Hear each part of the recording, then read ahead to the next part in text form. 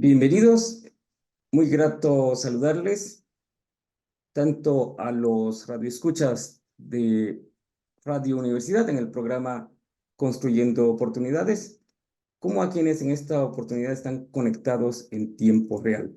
Para la Escuela de Posgrados de la Facultad de Arquitectura de la Universidad de San Carlos, es un grato honor y un privilegio que en esta oportunidad tengamos dos dilectos expositores que son investigadores del Instituto Politécnico Nacional. Inicialmente, permítanme presentarles a Cristian Miguel Ruiz Rodríguez, quien es doctor egresado de la sección de estudios de posgrado de la Escuela Superior de Ingeniería y Arquitectura del Instituto Politécnico Nacional, Unidad Tecamachalco, y es miembro del Sistema Nacional de Investigadores CONACYT de México. En breve, pues él estará exponiendo su presentación, por lo que muy grato darle la bienvenida, estimado doctor. Le escuchamos. Muchas gracias, muy buenas noches, o buenas tardes, o buenos días, dependiendo de dónde nos sintonicen en el globo terráqueo. Agradezco antes que nada a la Facultad de Arquitectura, en específico a la Universidad de San Carlos en Guatemala, por la invitación, y el día de hoy compartiré con ustedes una breve charla. Vamos a hacerla en grande, aquí está en presentación, que le he titulado Nuevas aportaciones a la Capilla del Pueblo Peñón de los Baños en Ciudad de México, un estudio comparativo a partir de su diseño arquitectónico. Bien, rápidamente para aquellas personas que nos acompañan de diferentes latitudes, les he de decir que el caso de estudio que vamos a mencionar el día de hoy, muy brevemente, pero con muchas imágenes, se trata de una construcción que está en las inmediaciones prácticamente del Aeropuerto Internacional de la Ciudad de México, la entrada principal de nuestro país, en lo que es denominado uno de los pueblos originarios, que es el Peñón de los Baños. Esta construcción es prácticamente la más antigua del lugar y pues bueno, se funda dentro de lo que fue la región del Tepetzingo, haciendo alegorías a aquel cerro chiquito pero o montículo que sobresalía en el lago de Texcoco, como podemos ver en algunas de estas imágenes. De hecho, en varios planos desde la época, pues sobre todo en algunos códices de época prehispánica y sobre todo en planos de la época novohispana, el Peñón en Tepetzingo está registrado y fue uno de los lugares en donde la familia franciscana, que fue la primera en llegar justamente a estas tierras americanas con la misión de evangelizar, desarrolló esta construcción para dar justamente los sagrados sacramentos en la región. Aquí justamente cobra lugar en un contexto histórico y la importancia que tiene, no solamente para la Ciudad de México, sino quizá para todo el país. Cobra en el sentido la leyenda de Copil, esa leyenda que marca donde al quitarle el corazón de este guerrero, nace el nopal, en donde justamente se posaría el águila y sería la señal justamente para hacer sedentarios a aquella nación o aquellos pueblos que provenían de Aztlán, conocidos como aztecas, y que posteriormente aquí en la Ciudad de México vamos a tener como mexicas. El Peñón y el Tepetzingo, al estar al centro justamente del lago de Texcoco, sirve como referente natural y también como cantera para varias de las construcciones, entre ellas el Templo Mayor y parte de la construcción de la Catedral Mexicana. Es por ello que en este lugar vamos a encontrar uno de los materiales que quizá en uno de los tratados también se habla de material divino, como es el tesontle, con el cual está hecho principalmente esta fábrica constructiva. Y pues bueno, grandes memorias que tenemos acerca de este lugar nos hablan dentro de los registros, ya posteriormente en el siglo XIX, con una visita de Madame Calderón de la Barca, en donde vinieron a este lugar y justamente era reconocido a las afueras de la Ciudad de México, no solamente por el montículo natural, sino también por los baños termales que tenía el lugar, o sobre todo en la Ciudad de México es justamente el único lugar dentro de la demarcación que contiene estas aguas termales consideradas como medicinales. Es por esa razón que se levanta esta capilla ya con modalidades estilísticas que van hacia segunda mitad del siglo XVIII y que las vamos a tratar de analizar de manera breve, pero pues bueno, con algunos otros ejemplos y sobre todo con algunas otras construcciones modernas de la misma capital mexicana y sobre todo levantada por grandes maestros mayores que estuvieron justamente dentro del gremio de arquitectos de la capital. Aquí pues simplemente, pues bueno, el origen fue el Cristo Morenito del Tepetzingo, que aquí tenemos una imagen del mismo, en donde se muestra, cabe mencionar en este sentido, que es un Cristo de caña, y bueno, es una de las técnicas prácticamente que se desarrollaron en estas tierras al inicio del siglo XVI, y pues bueno, todavía este gran tesoro y patrimonio que se vuelve para el pueblo, pues se mantiene dentro de la misma capilla. Brevemente, pues bueno, hemos de saber, y para aquellas personas que nos acompañan fuera, decirles que el lago se fue desecando y pues prácticamente la Ciudad de México se expandió ya prácticamente en el siglo XX y en el siglo, y a mitad del siglo pasado, pues fue justamente cuando se unió de manera urbana la capital con todos sus alrededores. Es por ello, bueno, que nada más traigo estos planos como referencia simplemente histórico del lugar y de la importancia y que desde 1929 se reconoce como pueblo originario dentro de lo que fue en aquel entonces el Distrito Federal. La capilla, pues bueno, a grandes rasgos, a inicios del siglo XIX, por los registros que tenemos en varios archivos, entre ellos justamente el archivo de Churubusco, pues bueno, nos hablan de que es una capilla abandonada, que se referencia con una modalidad del siglo XVIII de estilo barroco que vamos a detallar ahorita en las imágenes y sobre todo lo más interesantes son en su portada las pilastras ondulantes que se presentan al ingreso del mismo vano, ¿no? Entonces, prácticamente con algunos referentes históricos, como el historiador Jorge Alberto Manrique, pues nos habla acerca de que pues data justamente del siglo XVIII y que es probable que antes de esta construcción existieran por lo menos dos primitivas que, pues bueno, con la modernidad se fueron registrando. Aquí en este plano lo que trato de mostrar es justamente el desplante cuadrangular de la construcción. Es una capilla con nave centralizada y con una cubierta de cúpula de tambor octagonal y pues bueno, en este caso también sus secciones dentro de lo que se va a conocer los gajos de media naranja. Y pues bueno, esta figura o sobre todo este desplante no es casual porque entenderemos que bueno, está muy relacionado con el vínculo justamente de la tierra, entendiendo estas partes dentro del simbolismo, dentro del cristianismo, que van muy asociadas también para la parte de la evangelización. Incluso la parte superior, el cielo, teniendo una bóveda que cubre todo el desplante, pues bueno, también nos hace algunas alegorías en específico, y esa es una de las grandes hipótesis, al templo de Salomón, en este caso a la versión novohispana y sobre todo al Sion mexicano, y ahorita explicaré por qué en ese sentido.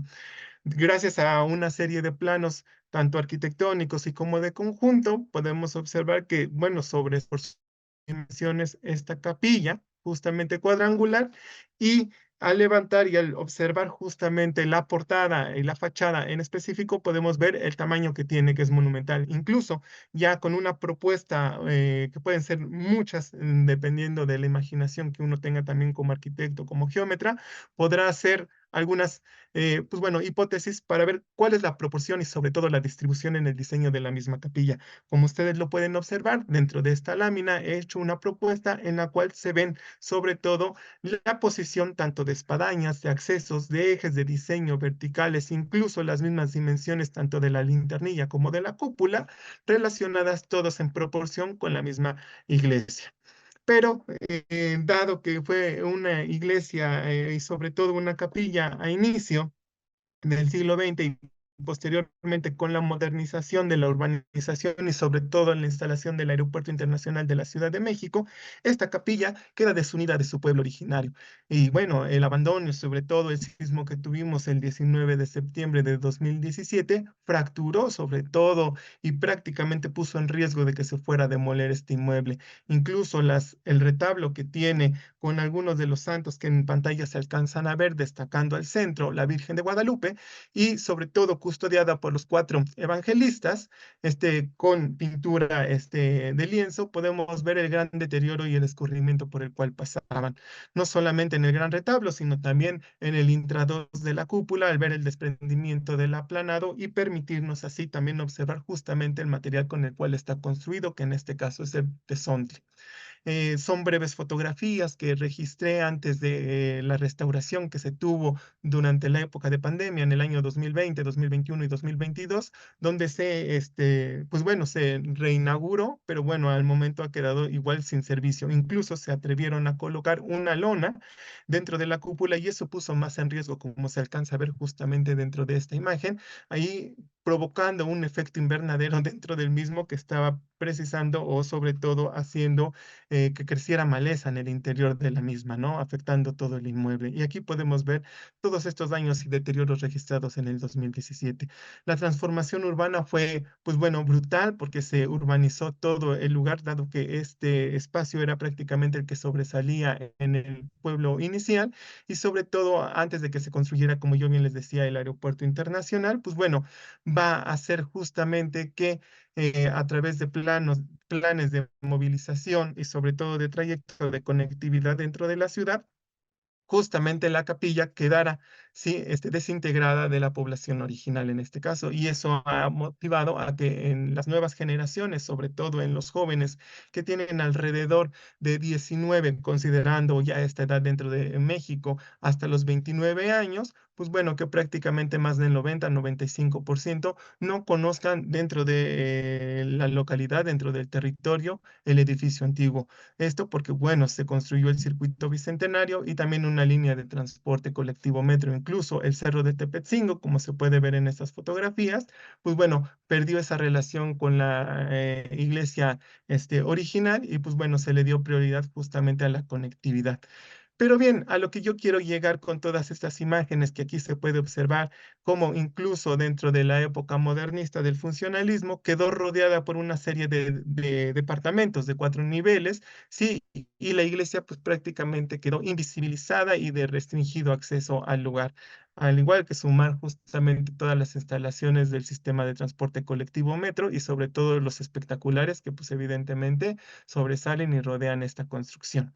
Pero bien, hay varias huellas, sobre todo en este sentido, porque hoy en día la capilla está dedicada a la Virgen de Guadalupe y la hipótesis que se hace sobre la misma, a pesar de la intervención que se tuvo, o bueno, sobre todo hace pocos años, pues bueno, que realizaron trabajos de mejora para la misma, dejando pendiente solamente la linternilla y el cupulín, pues bueno, hay un cierto lenguaje que pues por lo menos trato de rescatar en ese sentido dentro de la propuesta y la posible vinculación, sobre todo a partir justamente de esta pilastra ondeante que se puede ver muy bien, tritóstila, la alcanzamos a ver con estrías y contraestrías dentro del mismo fuste y con un arco sobre todo mixtilíneo, sobre todo un remate en la parte superior con un nicho y sobre todo con un frontis abierto con roleos y que nos permite sobre todo enmarcar justamente la portada del recinto sagrado. Pero bien, dada la restauración, pues bueno, solamente de pintura y demás, no se ha colocado techumbre a las naves laterales y esto ha permitido, sobre todo, como se puede ver en estas imágenes, pues la transmisión de agua, el escurrimiento y sobre todo que se empieza a ver justamente, pues bueno, daños dentro de lo que son los paramentos laterales de la misma capilla, incluso dentro de lo que son los accesos y las espadañas y sobre todo que pues los espacios se utilizan como bodega y no se le han dado justamente ese valor, sobre todo en este caso, de recinto sagrado. Por el interior, pues bueno, se le dio algunos toques a lo que fue el retablo y a las pechinas, interesantes en este sentido, porque nos hablan las pechinas de las 4 apariciones de la Virgen, en este caso quien está pues justamente ya dedicada a la capilla y sobre todo el Cristo del Tepetzingo que pues bueno, en este caso ya pasó de ser morenito a ser más blanqueado, ¿no? Como lo podemos observar dentro de las imágenes. Y pues bueno, algunas intervenciones dentro de lo que van a ser las pilas, desde mi punto de vista, fueron un poco exageradas. Tenemos el antes y el después dentro de algunos elementos donde pues creo que se exageró un poco sin tener el registro y pues bueno, sobre todo adornando. Pero bueno, toda esta iglesia, ¿qué sentido simbólico en este sentido es lo que yo planteo, ¿no? Pues bueno, en primer lugar, que está basado de acuerdo a su diseño seguramente y está muy relacionado con los tratados de orden salomónico emitidos por Guarino Guarini en este caso. Y como lo podemos ver, su antecedente en esta, pues bueno, sobre todo en la Iglesia de la Divina Providencia, donde se utilizaron estos fustes y sobre todo en México, que lo utilizó el arquitecto Miguel Custodio Durán, sobre todo en la primera, a partir del segundo tercio del siglo XVIII. La comparación que yo hago y que veo en este fuste es la modernidad que tiene y lo podemos ver en, por lo menos en construcciones antiguas. Por ejemplo, la portada del antiguo seminario, sí, que ya desapareció, pero pues que en este caso estaba anexo a la catedral. Observen el tipo de fustes que tienen en los accesos, ¿no? También pilastras ondeantes y sobre todo con estrellas en el interior. Pero qué decir también de la capilla de los Medina Picasso dentro del convento de Regina Coeli, ¿no? Una pilastra muy similar que sobre todo aquí utilizó el arquitecto Miguel Custodio Durán, incluso en el cornizamiento y en el frontón abierto que se puede ver en la parte de arriba. En Regina Coeli, por la parte superior de su portada exterior, también podemos ver este mismo modalidad estilística y cómo es de alguna manera justamente a la par en contemporaneidad y sobre todo en modas. Quizá no tanto con la del salto del agua, porque es de alguna manera más geométrica, pero pues bueno, también la podemos considerar dentro de esta relación con este fuste, en este caso, estriado. Pero qué decir de la escalera del Palacio de los Condes de San Mateo Valparaíso, en donde podemos ver también esta misma solución. Entonces, o por así decirlo, en la sacristía de San Hipólito, ¿no? Que podemos seguir observando justamente este misma solución arquitectónica para los accesos o los vanos de ingreso. En la parroquia de San Miguel Tacuba, también del mismo autor de Miguel Custodio Durán, ver justamente esta solución arquitectónica que podemos observar, o incluso en el mismo San Agustín, en la parte trasera, justamente en la capilla, de lo que fue en aquel entonces el convento de la familia Agustina en la Ciudad de México. Pero también en la capilla de Santa Teresa la Antigua, en lo que sería el Cristo de Ixmiquilpan, en la entrada, ahí lo podemos observar, y sobre todo mi interés en la relación con la capilla del Pocito, una de las portadas en este acceso es muy similar a la capilla del Peñón de los Baños y bueno, incluso los roleos y demás, pero no solamente, bueno, esta modalidad se dio en la región principalmente de la Ciudad de México, también tenemos casos registrados como fue Puebla, Amecameca, bueno, en este caso ya fustes, no tanto como pilastra, en el convento de la Enseñanza, en el fuste de San Fernando, el de Santo Domingo, que podemos observar, San Felipe el Viejo en la Ciudad de México, o en San Cristóbal en Puebla, que podemos ver este mismo de soluciones, o en el mismo coro de la Catedral de Puebla, ¿no? Que podemos ver de alguna manera esta intención justamente por el ondeante, o en la Casa de las Bóvedas de Puebla, que bueno, esta construcción que pues está súper registrada, sobre todo en la ciudad capital, de allá del Arzobispado de Puebla, pues bueno, de Puebla de Los Ángeles, se puede observar justamente toda esta modalidad. También en Santa Catarina, Virgen y Mártir, y con ello, pues también hago una referencia sobre todo a la arcada real que tienen los franciscanos justamente en la Ciudad de México. Con ello que quiero llegar y simplemente para empezar a resaltar que el sentido simbólico que se está hablando dentro de la misma es una capilla con desplante cuadrangular, con cúpula octagonal que hace referencia a la mezquita de la Roca, que pensada como tal en algún momento como el Templo de Jerusalén, y sobre todo el retablo que está dedicado a la Virgen de Guadalupe, pues bueno, retomando un sermón peregrino de la época de 1755, 10 años posterior a por lo menos lo que tenemos como dato de que se construyó la capilla del Peñón de los Baños, nos habla que la Virgen al estar custodiada por los cuatro evangelistas se puede considerar como aquella Jerusalén celeste. Y pues bueno, ella misma hace refuerzo con las pechinas de las apariciones de la Virgen que se pueden ver sobre todo en los arcos del mismo desplante, ¿no? Que podemos observarlos, incluso las leyendas que tienen de Totapulcra, de Hermosa María, lugar original y la gloria de Jerusalén. Pero más allá de eso, la relación con el Pocito, sobre todo porque si el Pocito es una capilla de aguas milagrosas y está al lado del Sion mexicano, que en este caso es el Cerro del Tepeyac, con desplante, pues bueno, como ya lo tenemos conocidos todos, sobre todo referenciado a Serlio, en este caso, pues bueno, la capilla del Peñón de los Baños, desde mi hipótesis, es una alegoría a ese Sion mexicano, dado que es una reproducción hipotética del Templo de Salomón con estas características y esos excesos de salomónicos y sobre todo con la relación de las aguas manantiales y curativas que se tienen justamente a los pies del Cerro de Tepetzingo y sobre todo al lado de un cerro importante y que es el más próximo a la capital novohispana. Entonces, de alguna manera, ese sentido simbólico, esa huella, sobre todo arquitectónica, pues bueno, en estos momentos prácticamente está al borde del olvido, incluso aquí en una toma aérea desde el cerro que realicé, prácticamente lo único que se alcanza a ver es la cúpula con la linternilla y pues bueno, lamentablemente con el paso del metro y sobre todo en este caso techado y laminado, se pierde la visibilidad. Sin embargo, la familia de o sobre todo en este caso, los originarios del pueblo, al tener o al quedar de algún lado la capilla y no tener acceso con ella, del otro recrearon una capilla de los Santos Reyes, que también es una devoción franciscana, y de acuerdo a mi hipótesis, en este caso, las relaciones de que si esta capilla está dedicada a la Virgen de Guadalupe al oriente, al poniente, y la capilla de los Reyes, de los Santos Reyes, vienen de oriente, pues bueno, hace esa alegoría entre uno y otro templo, y sobre todo la Virgen de Guadalupe, sabemos bien desde, obviamente desde la fe católica,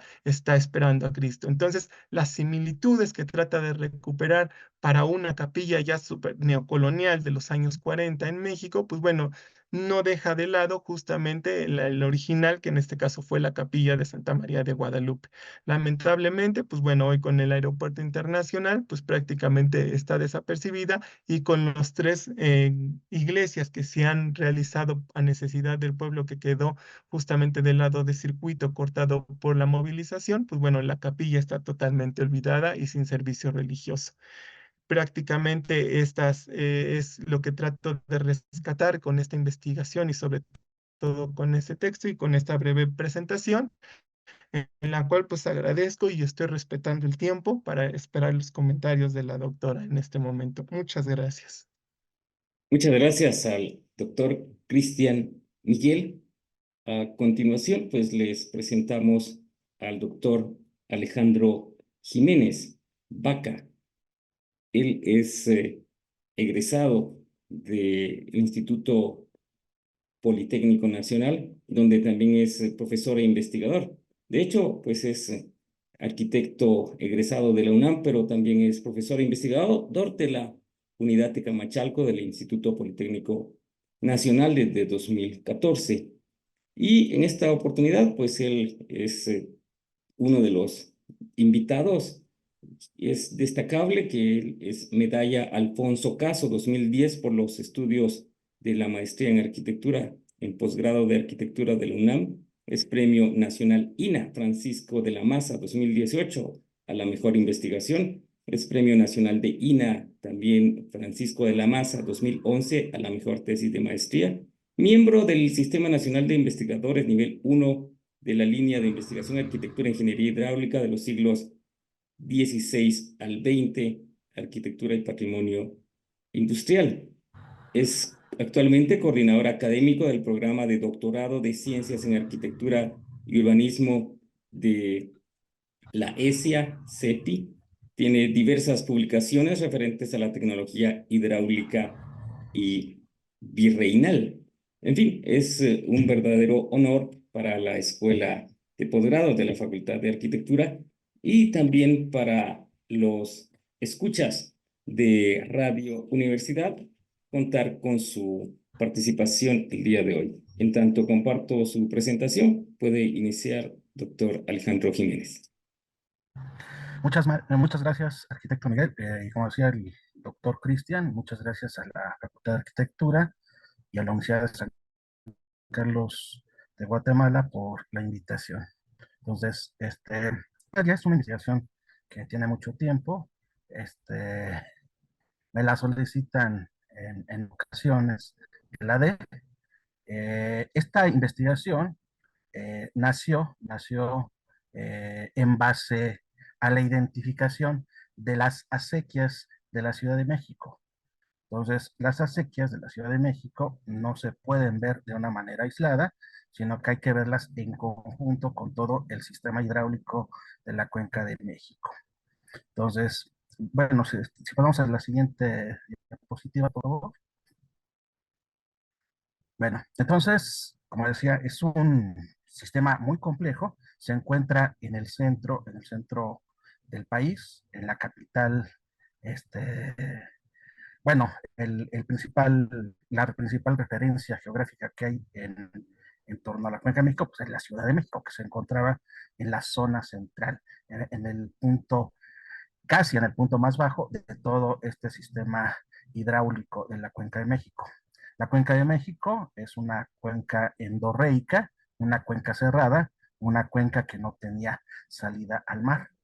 Entonces, geológicamente, mediante un proceso que duró millones de años, bueno, se formó esta cuenca, la cual, la cual está rodeada de muchos volcanes. Los más conocidos al oriente, el Popocatépetl y el Iztaccíhuatl, pero hay muchos volcanes en todo el entorno, muchos de ellos ya extintos, que no están activos, y bueno, algunos en ciertos periodos históricos causaron ciertas desastres bastante fuertes, y sobre todo en la época prehispánica, de uno de los lugares más antiguos que hay en la Cuenca de México, Cuicuilco, el cual fue sepultado por lava volcánica, por el volcán Xitle. Afortunadamente este volcán ya está extinto, y bueno, y desafortunadamente los restos arqueológicos de Cuicuilco están bajo la lava. Y por ahí se ha podido explorar una mínima parte de lo que es Cuicuilco. Bueno, es un sistema hidráulico muy grande y muy complejo. Entonces, este, lo componen 7 lagos principales. Al sur, el lago de Xochimilco, el lago de Techalco. Al centro, se conforman dos lagos, el lago de Texcoco y el lago de México, que estaba hacia el poniente. Al norte, la laguna de San Cristóbal, la laguna de Jaltocan y la laguna de Zumpango. Los 7 lagos principales, y había varios lagos menores. eh, decenas de ríos, cientos de manantiales, entre ellos ya mencionó algunos el doctor Cristian. Había muchas islas en la zona sur, en la zona centro y en la parte norte. Los mexicas que venían desde la mítica Aztlán, se asientan en un islote al centro del lago de México, y a partir de ahí comienzan a expandir su territorio, y bueno, se conjuntan con otras islas, y bueno, comienza ahí la expansión del imperio mexica. Posteriormente, los conquistadores españoles se asientan sobre esta antigua ciudad, esta ciudad prehispánica, y aquí asienta la ciudad virreinal. Y bueno, pero había muchas islas, como decía, al sur, al norte, que no son tan conocidas, pero que seguían el mismo esquema urbano que la Ciudad de México. Bueno, la siguiente lámina, por favor. Bueno, ahí vemos un perfil un tanto exagerado. Este, eh, eh, Aún cuando está exagerado, pues se ve muy baja los lagos, que más bien el nombre serían lagunas, eran lagunas muy bajas, de una profundidad muy baja. Se estima que la profundidad más grande, que era la laguna de Texcoco, tendría alrededor de 2 metros. El nombre, como decía, el nombre más correcto es laguna, eran grandes extensiones de agua, pero con muy poca profundidad. Esto facilitó la construcción de una serie de canales en toda la Cuenca de México, y una serie también de elementos de control y de almacenamiento de agua. Una serie de compuertas y, como decía, todo un sistema el cual permitía la navegación, permitía la vida productiva en la Cuenca de México. Había bueno, en la Cuenca de México hay en la zona sur un sistema que es único en el mundo, un sistema agrícola único en el mundo, el cual se conoce como chinampas. Entonces, este sistema de chinampas se había expandido por toda la Cuenca de México, y era el sistema ideal para la producción agrícola. Entonces, bueno, la siguiente lámina, por favor.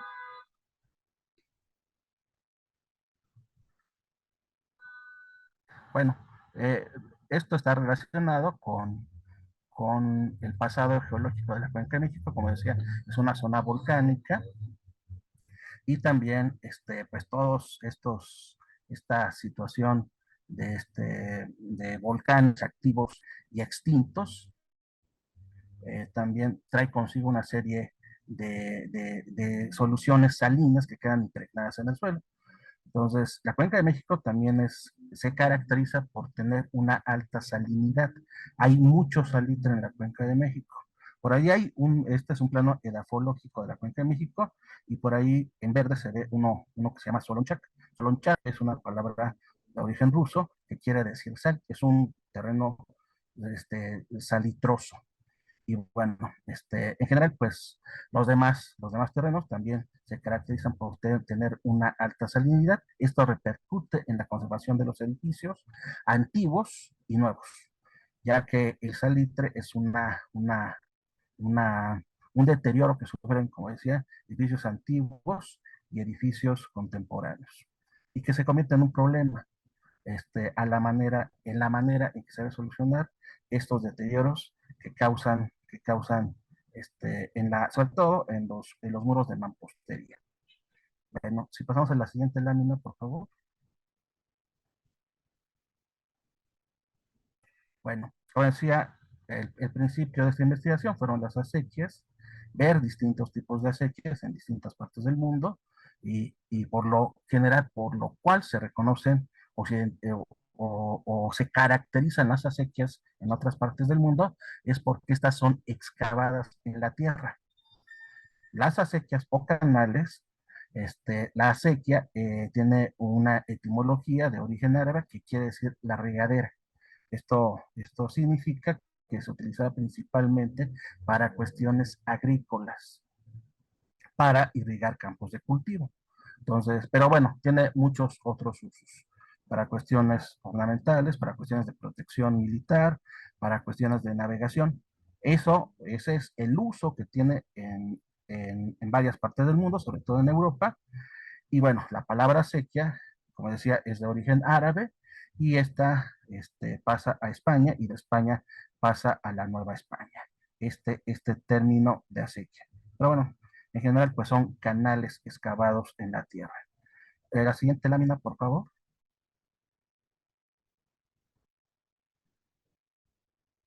Bueno, en cuestiones también productivas, algo fundamental para llevar el agua a ingenios para fábricas con distintos tipos de producción, es mediante canales excavados en la tierra, o canales elevados. Eh, en general, pues también los acueductos también son acequias. A veces existe ese sinónimo de acueductos con acequias, e incluso cuando se le llama acueducto a todo el sistema que lleva el agua, el canal que lleva el agua se le llama acequia también, en términos generales. Bueno, y aquí hay un listado bastante extenso de ingenios o fábricas que requieren este sistema de canalización. La siguiente lámina, por favor. Bueno, estas son acequias prehispánicas.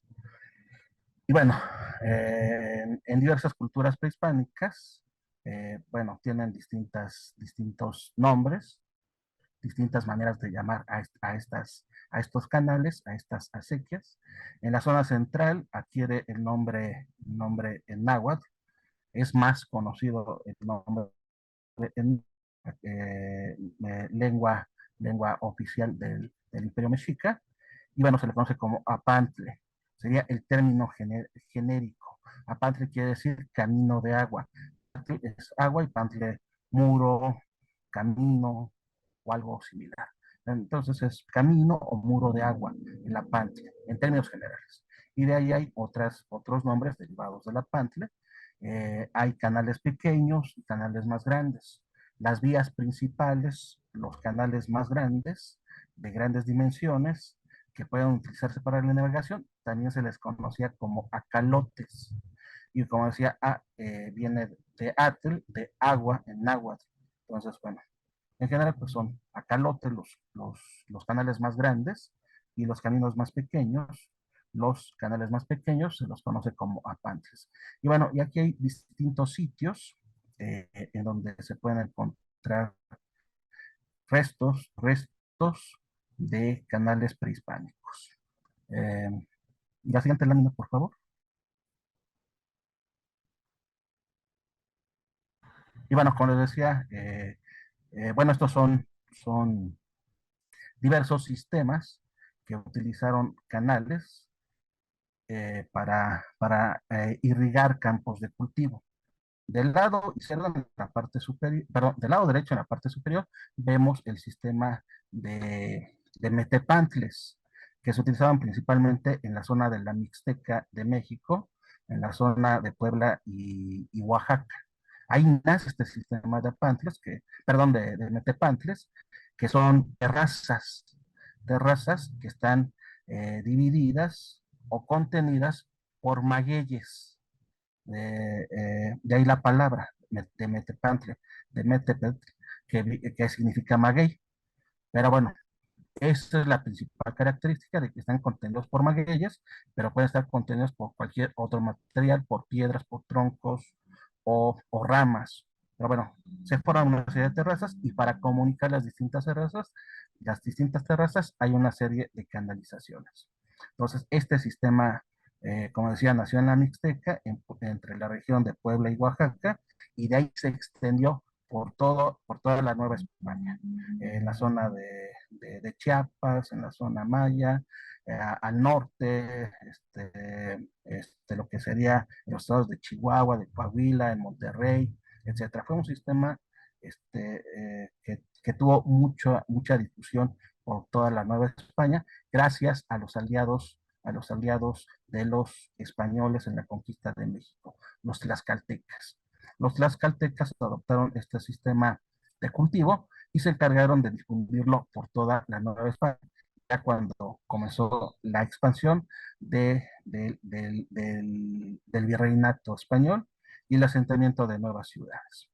Bueno, del lado derecho, perdón, del lado izquierdo, en la parte inferior, vemos chinampas o camellones atlazompa, que son chinampas que están en las orillas, en las veras de los lagos. Y las que están en la parte superior, esas son las chinampas más conocidas, las que están en medio de los lagos. Entonces, chinampa quiere decir, viene de la palabra chinamir, que quiere decir cesta. Como decía, los lagos son de muy baja profundidad, entonces hincaban una serie de troncos muy esbeltos, y bueno, y se hacía un entramado, una especie de cesta que estaba anclada en el fondo de las lagunas y se rellenaban de tierra. Esas son las chinampas. Y bueno, y estos terrenos que se humedecían por capilaridad por los lagos, entonces se utilizaban para, para la producción agrícola.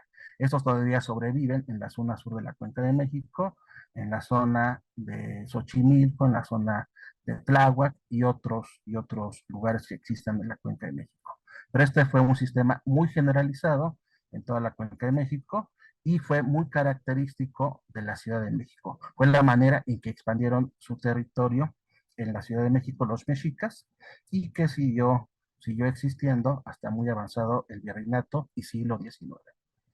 La siguiente lámina, por favor.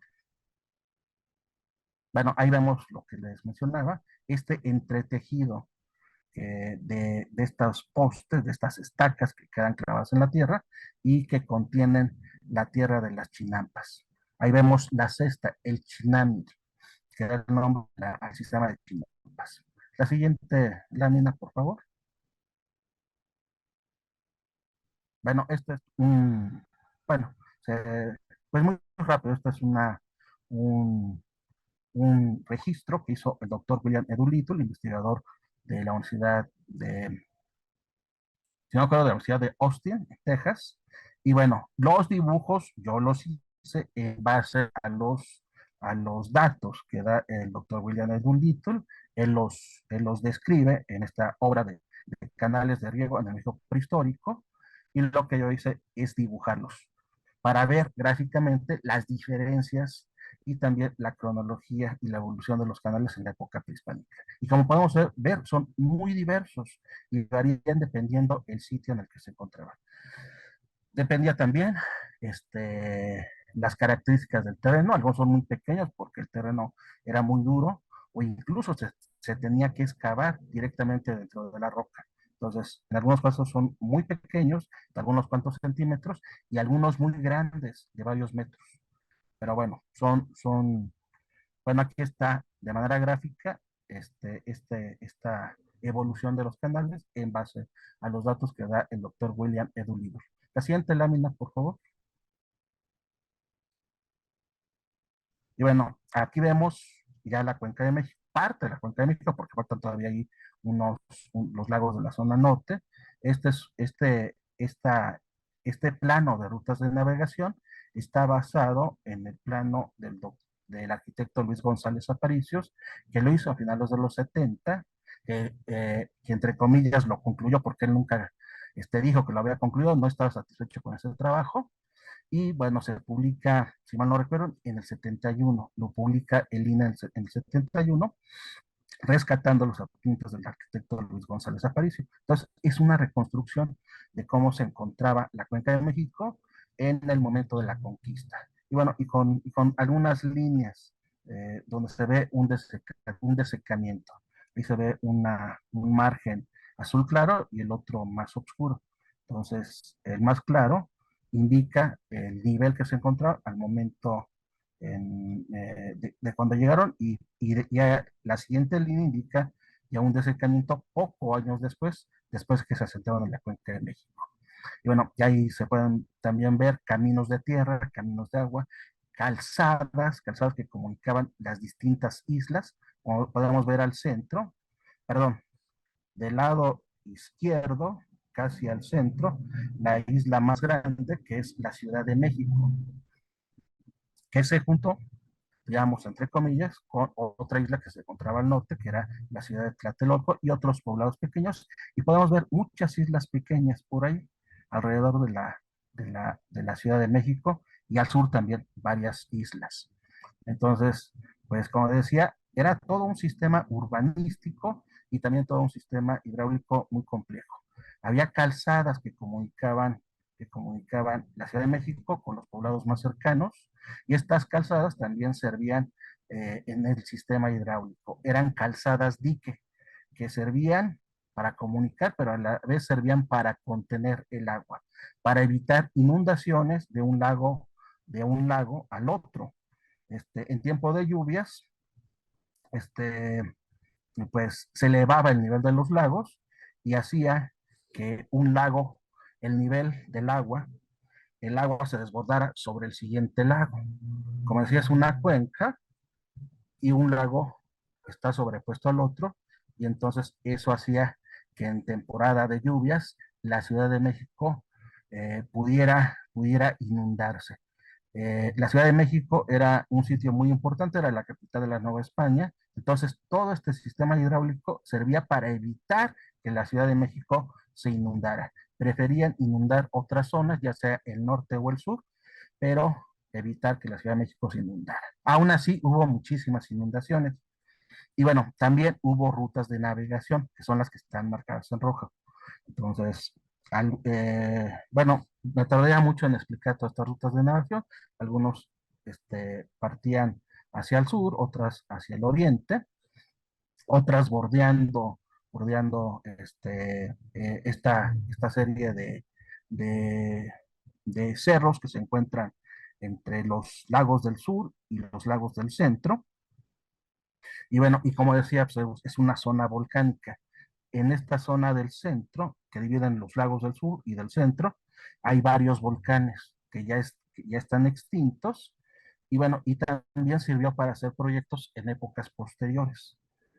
Pero bueno, espero salga en otra lámina más adelante para explicar los proyectos que surgieron en siglo XIX para ampliar las rutas de navegación.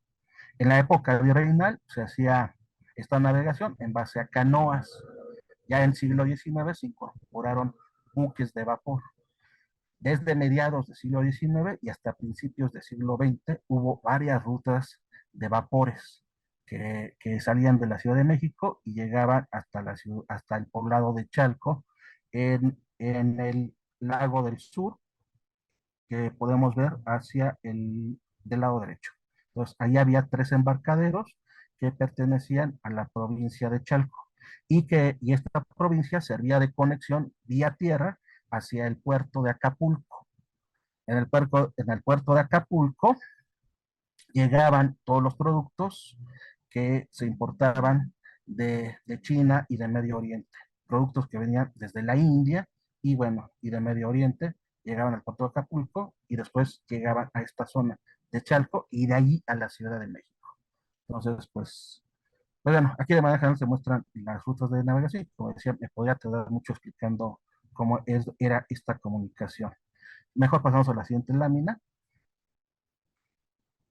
Bueno, suena muy sencillo, excavar canales en la tierra, pero no, era algo muy complejo, se requerían conocimientos bastante elevados sobre matemáticas, sobre geometría, sobre trigonometría, sobre el comportamiento de las aguas. Entonces, pues aquí se muestra cómo era esta construcción de obras hidráulicas y bueno, en particular de las acequias. Y bueno, y una serie de aparatos que se muestran aquí. En la parte superior vemos imágenes que aparecen en el tratado de los 21 libros de los ingenios de Juan de Turriano.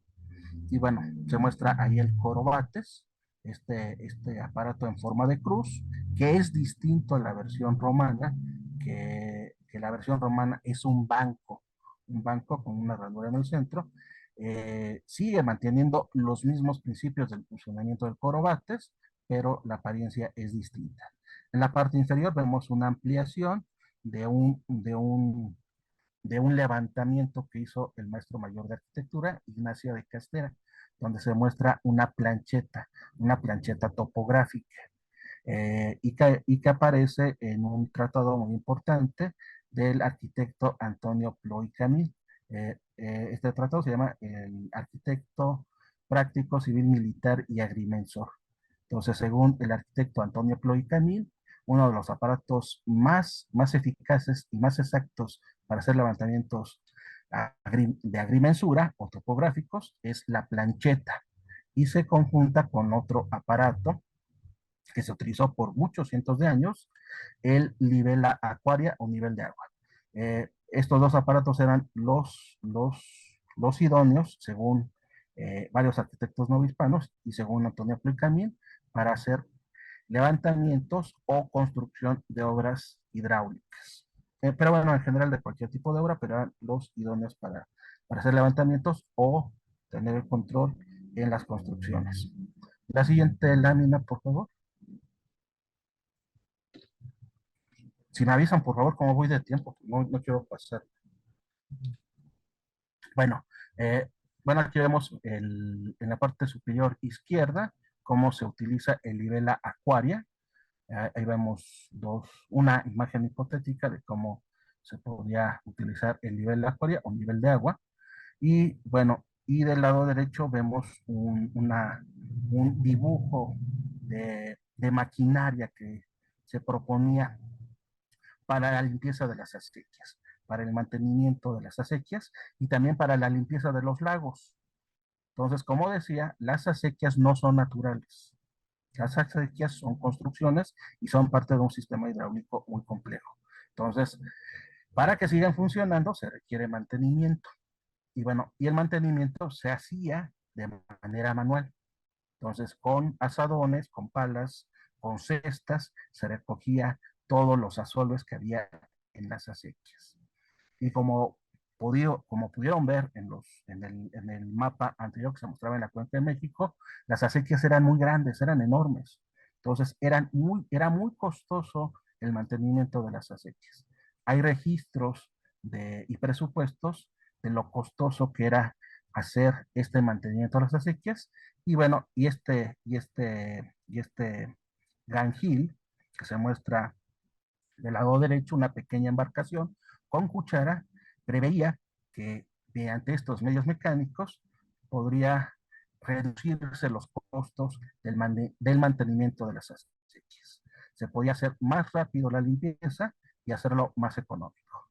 Lamentablemente no se llegó a construir porque unos cuantos meses después vino la independencia de México y al parecer este proyecto nunca se llegó a realizar.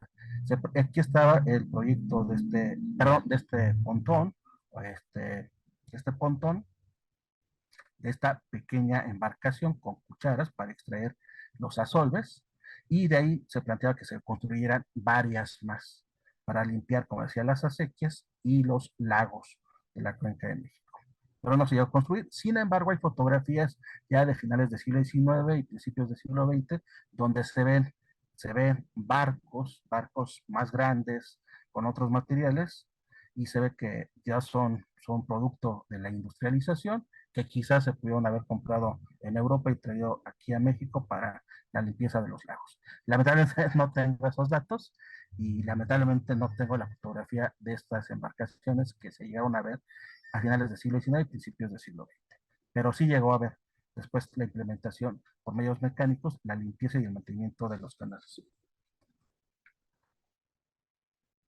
Bueno, este, la siguiente lámina, por favor. Bueno, como decía, es muy extenso, no explico mucho esta lámina porque pues ya es muy complejo y muy grande el sistema hidráulico, pero bueno, había, como decía, entre los lagos había estas calzadas dique, eh, eh, una serie de compuertas y sistema de canales que comunicaban y contenían el agua. Entonces, no lo explico, pero bueno, aquí es una división por zonas para analizar más a detalle todo este sistema. Y ya no lo explico, y bueno, hasta aquí llego.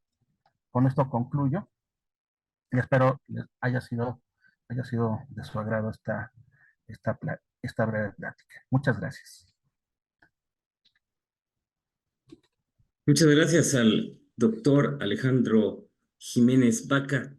A continuación, uno de los comentaristas, de hecho, la primera comentarista, la arquitecta Dunia Valenzuela, es egresada de la Facultad de Arquitectura de la Universidad de San Carlos, con maestría en restauración de monumentos, con especialidad en bienes inmuebles y centros históricos, y es también doctoranda de este mismo programa doctoral.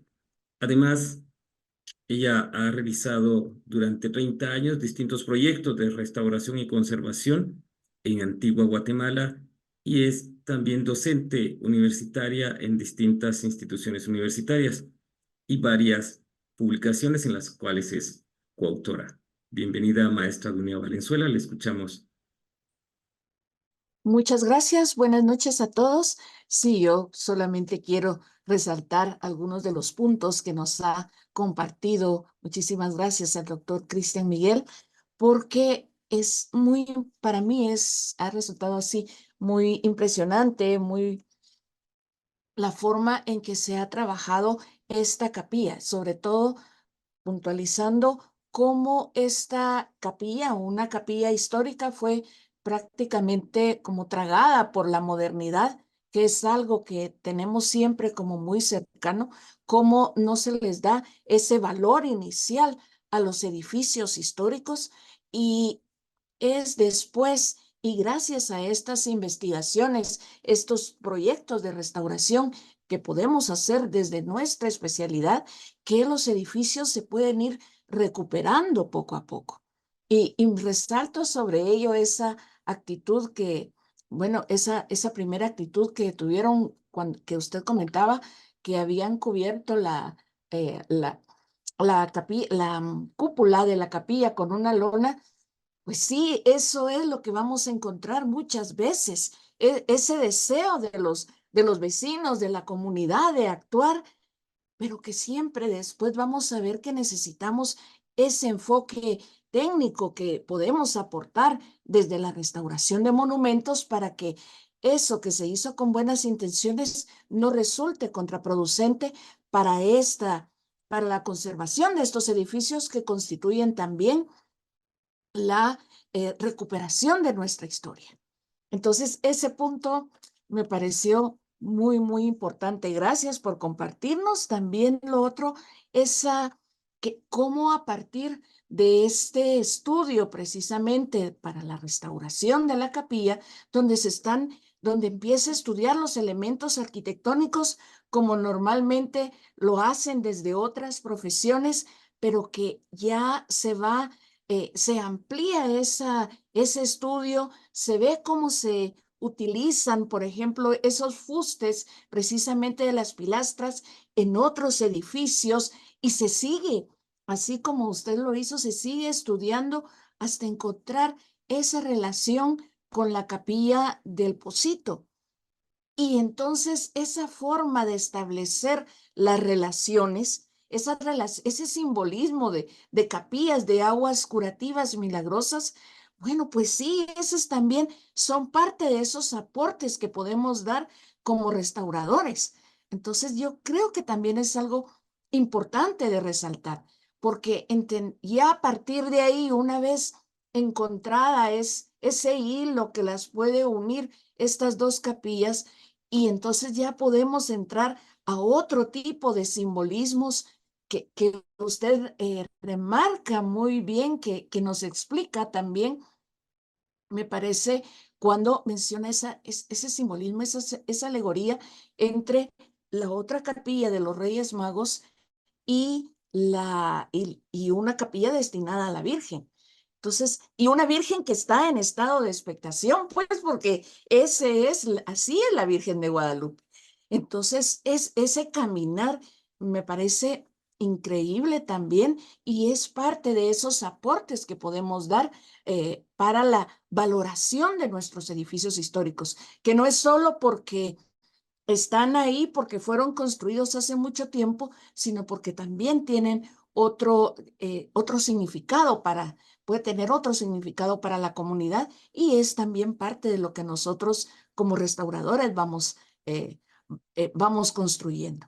Y finalmente, para no tardarme mucho, también quiero resaltar que dentro de los edificios históricos que tenemos aquí en Guatemala, pues está y viene ahorita a mi mente el caso del Templo del Beaterio de Santa Rosa de Lima.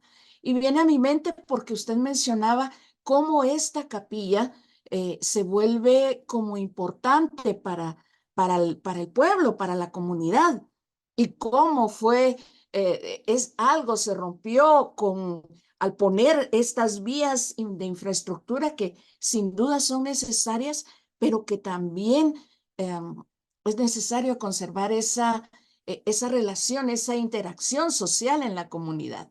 Y cómo le digo que viene también a mi mente esta capilla del Templo del Beaterio de Santa Rosa de Lima, porque esta capilla que está en ruinas es la que le da nombre a la Alameda, al barrio, y sigue entonces no es una capilla que, o sea, generalmente la vemos, esta está en la antigua y solo la vemos desde afuera, pero para los vecinos todavía, hasta antes de la pandemia, el día de Santa Rosa de Lima, pues hacen su pequeña procesión muy del barrio, muy de las cuadras que nos sentimos para llegar, dejarla ahí y regresarla, porque esta capilla pues pertenece a una familia privada, pero sigue manteniéndose ese vínculo.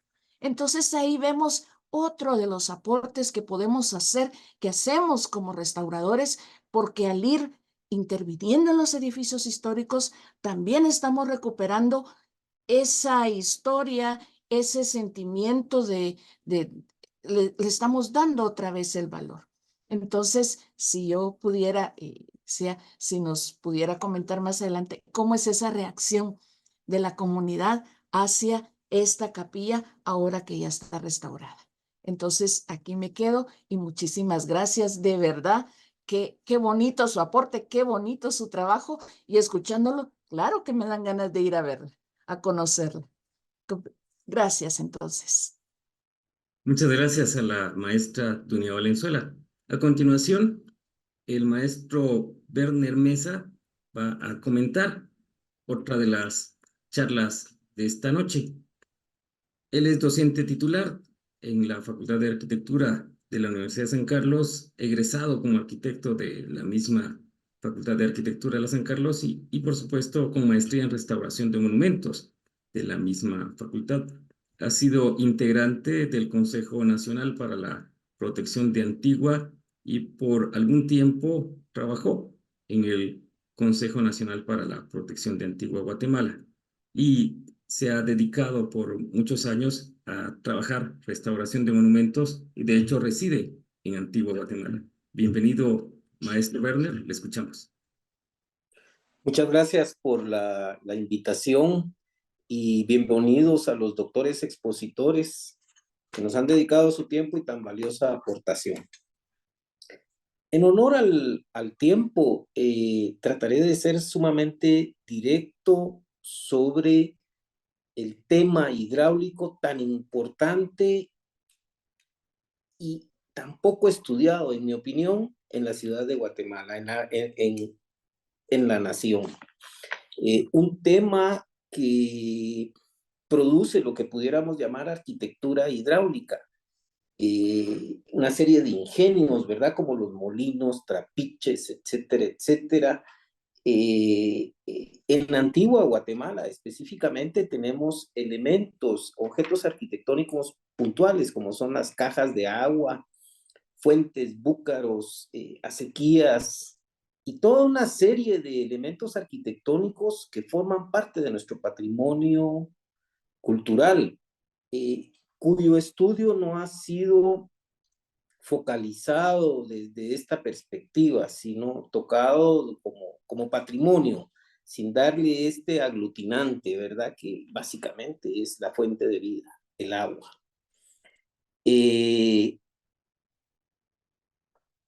Esto hablando de la época virreinal, ¿verdad?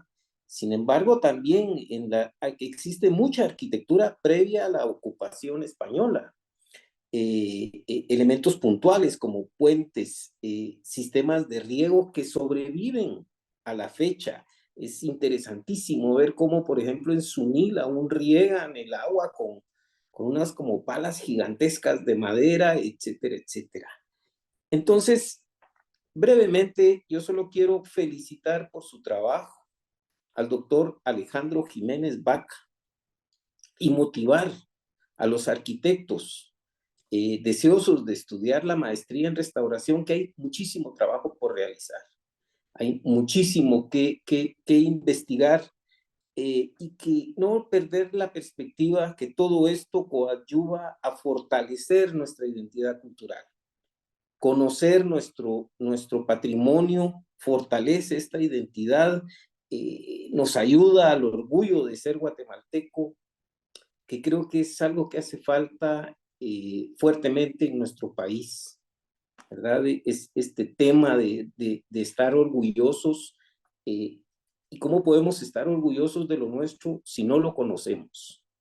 Es necesario este tipo de investigación, es necesario profundizar, es necesario investigar todos estos elementos que giran alrededor, que yo no quisiera ahondar mucho, pero no es solo en la antigua, ¿verdad? En toda la nación hay muchísimo que investigar, diferentes temas, pero con la antigua créanme que tenemos para entretenernos con el tema de acueductos, acequias, cajas de agua, cajas desarenadoras. Es impresionante el riego de jardines, y todo esto sin energía eléctrica, sin bombas de agua. Y muchísima, la gran mayoría de residencias con agua corriendo todo el día, agua potable, a través de pilas, fuentes, búcaros, etcétera, etcétera. Entonces, hay mucho por investigar. Creo que la presentación del doctor Alejandro Jiménez es ejemplificadora de un buen punto de partida para hacer una investigación profunda y seria, ¿verdad? Y que nos ayuda a entender nuestro presente. Conozco la Ciudad de México, he tenido oportunidad de ir varias veces y al escuchar su presentación siento que ahora entiendo cómo funciona todo esto. A donde quiero llegar es, no podemos entender nuestro presente sin conocer nuestro pasado. Muchas gracias. Muchas gracias a el maestro Werner Mesa, a la maestra Dunia Valenzuela, a los doctores Alejandro Jiménez y Cristian Miguel Ruiz, y sobre todo a los radioescuchas de Radio Universidad. A continuación, el doctor Alejandro Jiménez y seguidamente el doctor Cristian Miguel pues harán algunas últimas retroalimentaciones con base a lo que comentó el maestro Werner y la maestra Dunia. Le escuchamos Cristian Miguel y después al doctor Alejandro Jiménez. Muchas gracias, doctora Nia Venezuela. Le agradezco mucho por los comentarios y sí, efectivamente, creo que más allá de restaurar el inmueble y dejarlo de alguna manera estético y agradable a la vista del ser humano, pues recordemos que todo de nuestra historia, de alguna manera, están concentrados en sí mismos, todos aquellos esfuerzos de pues, los que son nuestros antepasados, nuestros abuelos, nuestros padres, y que de alguna manera se vincularon también con aquellas construcciones y que hoy en día los consideramos como monumentos. Creo que la importancia y simplemente para no abrir más el espacio y no tardarme más, pues bueno, queda comprobado que efectivamente cuando tenemos una lectura del monumento podemos encontrar mucho más allá de lo que simplemente estas construcciones de alguna manera representan en modalidades artísticas, sino más bien históricas, de hechos sociales y sobre todo de una cohesión social en los habitantes alrededor del mismo. Por mi parte, muchas gracias y pues bueno, pues vamos a estar en unos días en su ciudad, entonces espero tener el gusto de conocer esta capilla y este templo que me ha mencionado de manera todos personalmente. Un abrazo. Que tengan muy buena tarde, buenas noches. Doctor Alejandro. Ok, muchas gracias por los comentarios. De acuerdo en lo que comentó el doctor Werner, sí, nuestras ciudades latinoamericanas son muy ricas en patrimonio hidráulico y como decía, sí, lamentablemente no se lo reconoce como, como un tipo de patrimonio específico y yo creo habría que hacerlo de esta manera, porque tiene particularidades, características que no las tiene otro tipo de patrimonio, dificultades que no tiene otro tipo de patrimonio, sobre todo los acueductos, que en ocasiones son muy grandes y pasan por varios territorios, por varias poblaciones e incluso por varias jurisdicciones. Entonces, he ahí lo complicado de conservar acueductos. Elementos muy puntuales como cajas de agua, fuentes, etcétera, pues sí, podrían tener un tratamiento como el de cualquier tipo de monumento, pero acueductos, todo el sistema hidráulico es muy complejo, su conservación.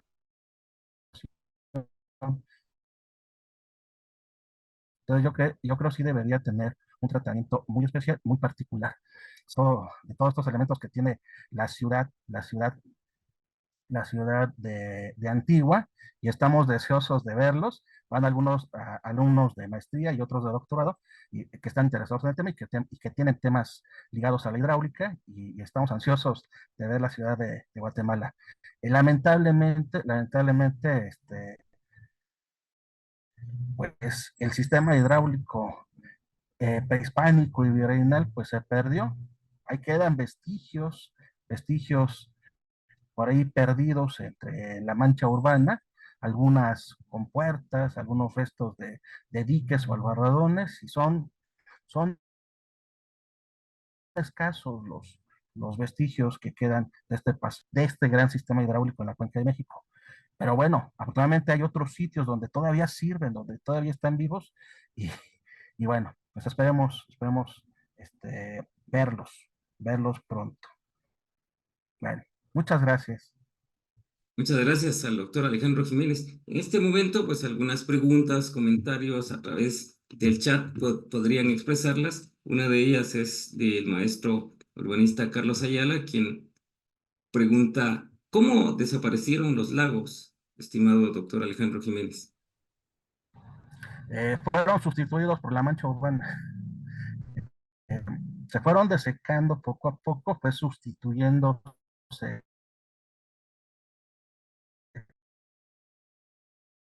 el sistema, todos estos sistemas de contención de aguas servía para que los poblados siguieran viviendo. Había una dependencia económica hacia los lagos, como decía, de navegación y también de producción. Eran lugares muy productivos en cuestión agrícola. Había muchos productos y también otro tipo de alimentos obtenidos de los animales, de peces, de aves, etcétera, que estaban relacionados con el lago. Entonces, este sistema siguió durante varios cientos de años, durante la época virreinal, siglo XIX y principios del siglo XX. Empiezan a desaparecer los lagos a consecuencia de la urbanización y la especulación de los terrenos. Entonces, el lago de,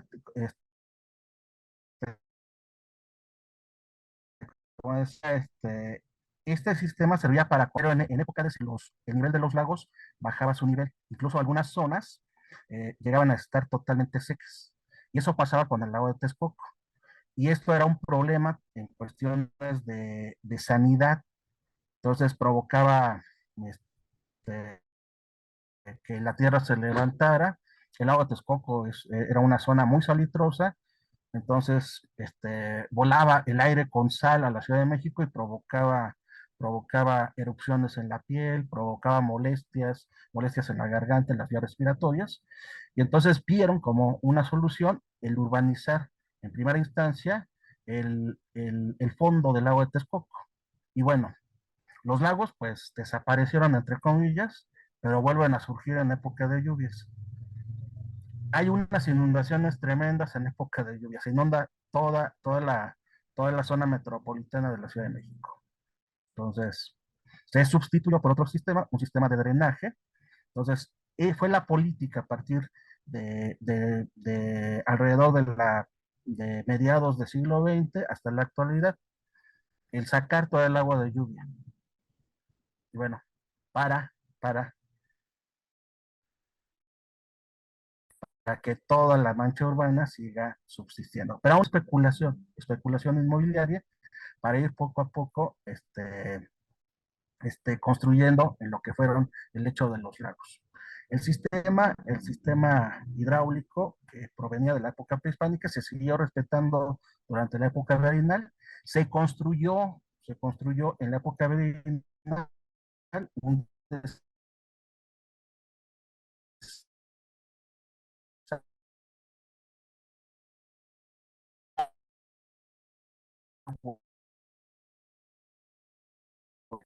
desagüe virreinal, pero era época de lluvias y evitar las inundaciones.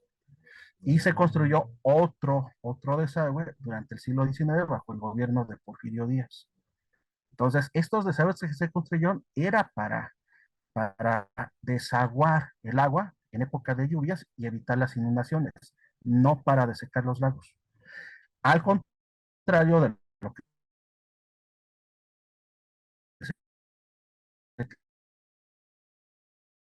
se seguían construyendo acequias y principios del siglo XX, la Revolución Mexicana, es cuando se comienza a especular y se comienza a urbanizar la zona de los antiguos lechos de los lagos. Bueno, espero haber contestado la pregunta.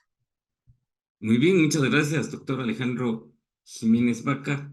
Si la audiencia tiene en este momento alguna pregunta, alguna observación, algún comentario, lo pueden trasladar a través del chat. Mientras tanto, pues les informo, les comento que tanto el doctor Alejandro Jiménez como el doctor Cristian Miguel Ruiz, el doctor Tarcisio Pastrana y, por supuesto, otros como el maestro Eduardo Galileo, el ingeniero Saulo Foguier y una serie de estudiantes de maestría y doctorado de la Escuela de Arquitectura e Ingeniería del Instituto Politécnico Nacional estarán junto con la Escuela de Posgrado de Arquitectura en una actividad de arquitectura de integración en contextos históricos. En esta próxima semana ellos están a pocas horas ya de arribar a Guatemala, ¿verdad? Por lo que siéntanse ya bienvenidos y esperamos que docentes, estudiantes de la Facultad de Arquitectura de la San Carlos, pues aprovechen estas oportunidades que habrán durante estos próximos días de compartir, de relacionarse académicamente con estos visitantes que son investigadores premiados y muy trabajadores, muy productivos de allá del Instituto Politécnico Nacional, que también trabajan y han sido estudiantes y parte de los egresados de la Universidad Nacional Autónoma de México y de hecho también parte de CONCYT.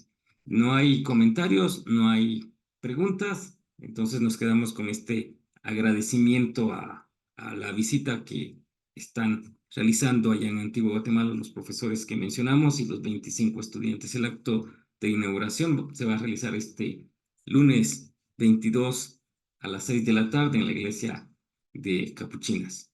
Cordialmente invitados, si tienen la oportunidad de llegar allá a Antigua, pues los esperamos. Y a la 1 de la tarde, pues ellos van a tener allá un momento para compartir con profesores y estudiantes en la Facultad de Arquitectura en Ciudad de Guatemala. Y en caso tienen tiempo de estar por ahí, pues ellos van a compartir con ustedes no solo la charla, sino poder platicar, ¿verdad? De manera que muchas gracias a quienes hoy se han conectado y también a los profesores. Imagino ya están por preparar las maletas, así es que les agradecemos este tiempo y muchas gracias por los comentarios. Felicitaciones a ustedes de parte de profesores como Alejandro Muñoz y también Mabel Hernández, entre otros que han estado comentando en el chat para felicitarles a ustedes, también de Yolanda Muñoz. De esta manera concluimos. Muchas gracias a todos. Hasta pronto.